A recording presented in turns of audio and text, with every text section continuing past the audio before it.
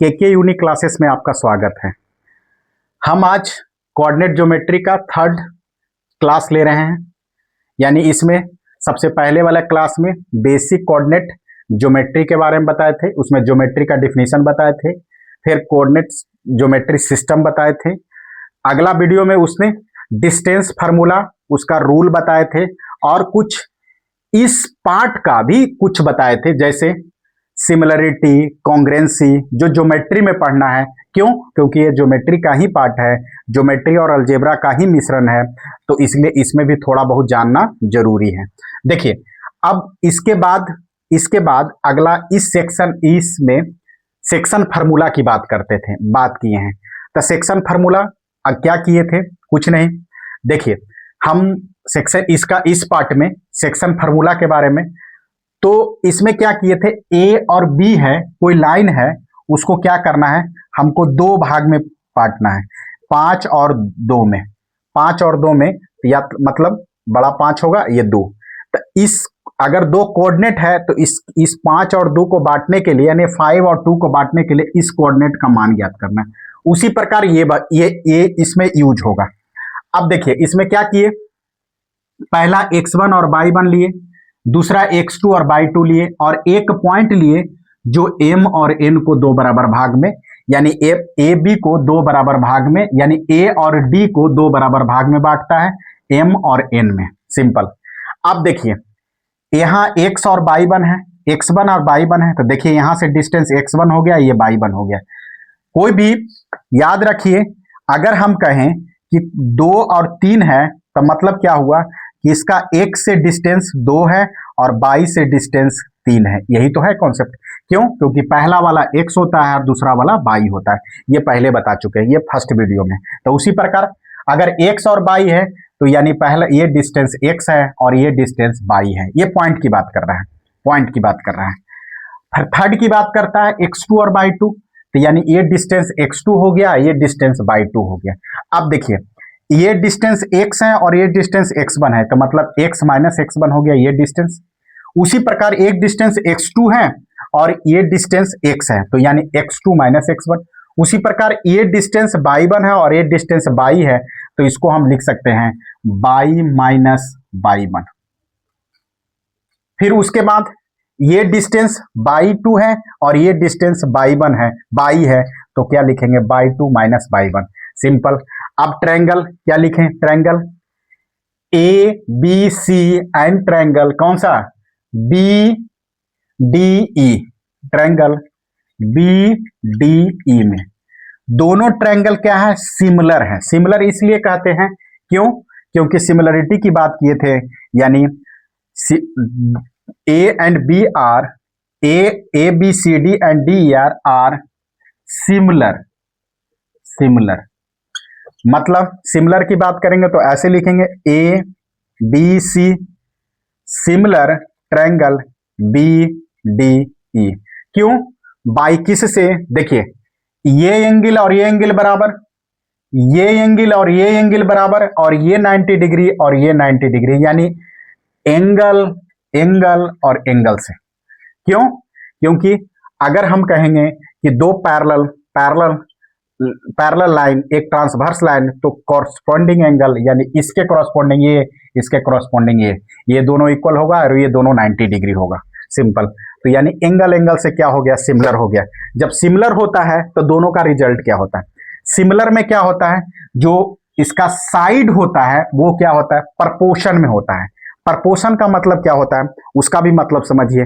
Proportion का मतलब होता है कि जैसे हम कहें कि हमारा जो इनकम है हमारे भाई की इनकम से दुगना है, यानी मेरा 1 है, तो अगर मेरा भाई की इनकम से आधा है, मतलब क्या हुआ कि मेरा भाई का अगर 2 है तो मेरा 1 होगा।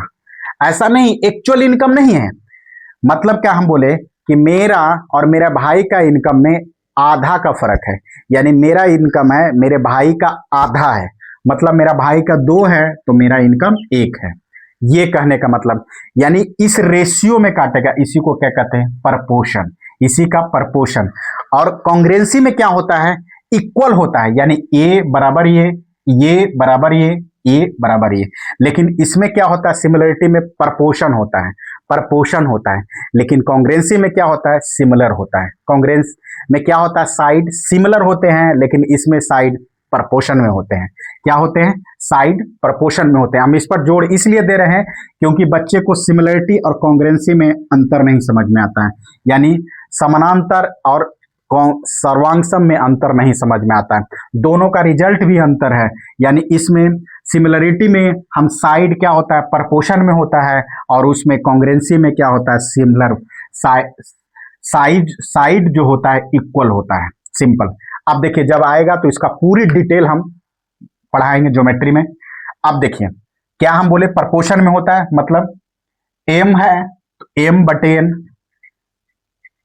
बराबर क्या होगा, अगर इसका ले रहे हैं तो ये लेना पड़ेगा इसका, यानी एक्स बटे एक्स वन बटे क्या एक्स टू बटे एक्स बराबर, अगर इसको ले रहे हैं बाई माइनस बाई वन बटे by two by one minus by two तो है ही नहीं जी, यानी बाई है, यानी ये एक्स बाई टू है ना, तो बाई टू है, ये देखिए बाई टू है, एक्स टू बाई टू।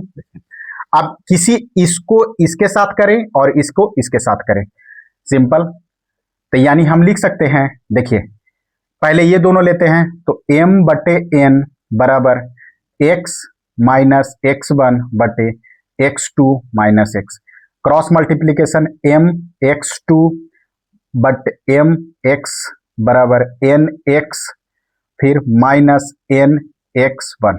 देखिए इसको ई साइड कर दीजिए, तो यानी हम लिखेंगे तो क्या हो जाएगा, इसको ई साइड करेंगे तो m x two plus n x one बराबर n x plus m x। अब देखिए x कॉमन ले लेंगे तो क्या हो जाएगा, m प्लस n और क्या हो जाएगा m x two plus n x one. अब देखिए x बराबर क्या होगा जी, देखिए इसको इधर कर देंगे तो m x two plus n x one बटे m प्लस n, ये हो गया। देखिए हम x ही का मान ज्ञात करना है ना, क्योंकि हम अभी सेक्शन फार्मूला में क्या बोले थे कि अगर हमको दो कोऑर्डिनेट दिया हुआ और इसका हमको दो का जो डिवाइड का भी दिया तो हमको इस पॉइंट की बात करें तो x का मान क्या हो जाएगा a।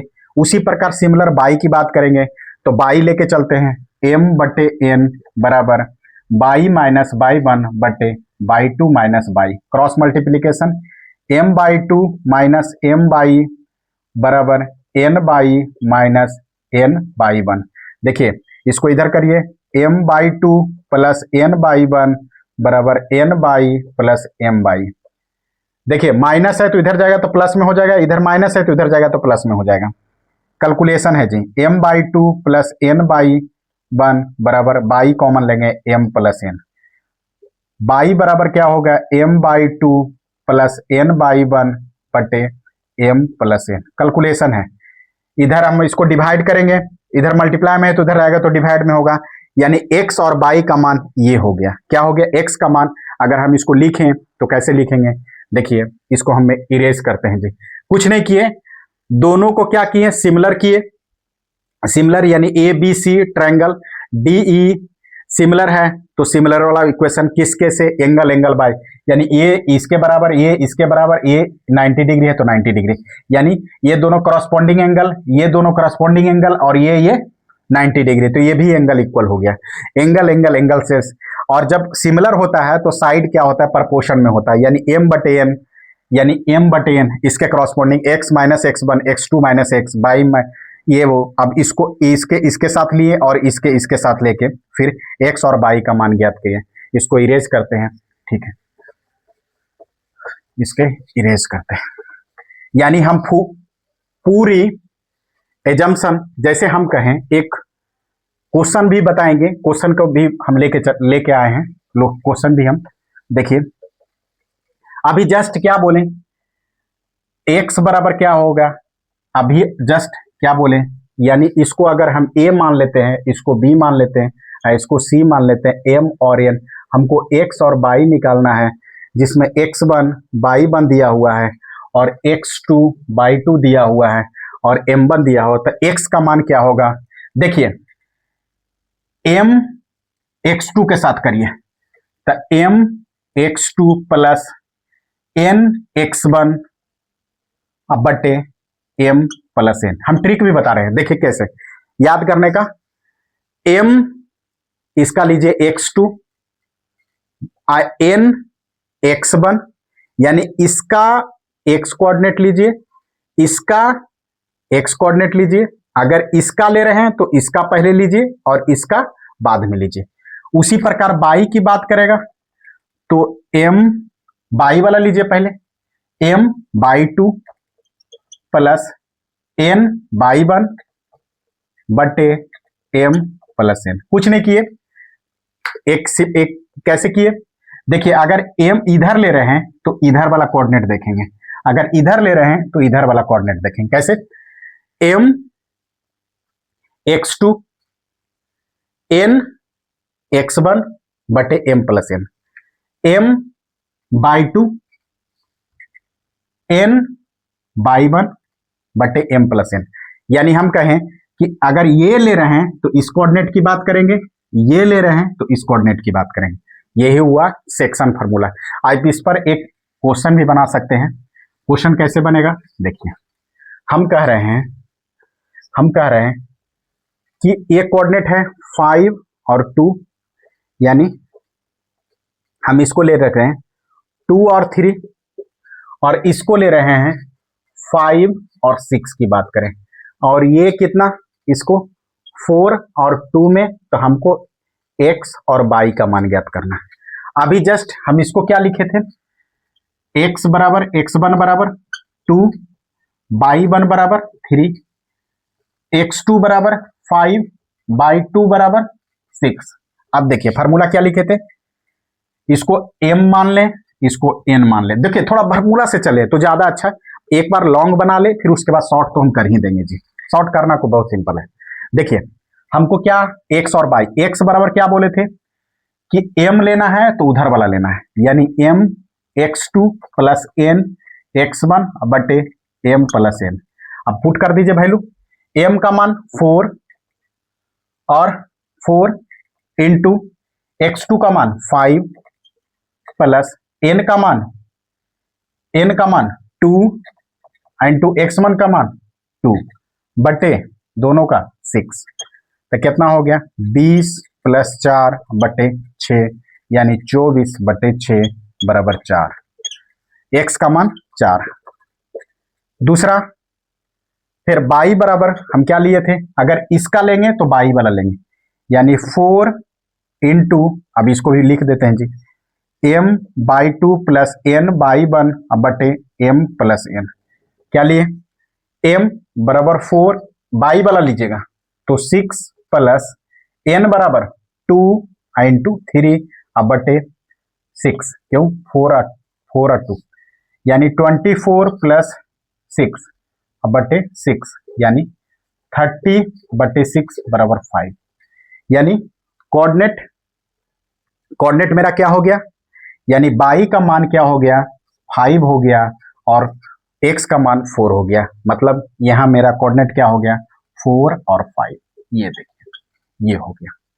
अब इसी प्रकार कुछ इंपॉर्टेंस एग्जाम्पल आएंगे जो बहुत ही इंपॉर्टेंट है। अब वो डायरेक्ट क्या होगा आपको क्वेश्चन में, एक कॉन्सेप्ट है जो और भी बताना चाह रहे हैं। देखिए बहुत इंपॉर्टेंट है। हम कह रहे हैं एक कोऑर्डिनेट है जो शायद भूल गए, लेकिन हम उसको थोड़ा क्लियर कर देते हैं। अगर हम कहें कि एक्स एक्सिस की बात करता है तो एक्स एक्सिस पर क्या होगा, एक्स एक्सिस पर y बराबर 0 होगा, और y एक्सिस पर x बराबर 0 होगा। मतलब क्या हुआ कि अगर हम कहें कि कोई लाइन है, यानी लाइन है जो x एक्सिस से पास करता है, x एक्सिस से पास करता है, मतलब x एक्सिस से पास करता है, मतलब y बराबर 0 होगा। अगर x एक्सिस से पास करता है तो y बराबर 0, अगर y एक्सिस से पास करता है तो x बराबर 0, मतलब x बराबर 0। यानी यहां बात करेगा तो x बराबर 0, अगर यहां बात करेगा तो y बराबर, यानी y बराबर 0। Thank you watching the video.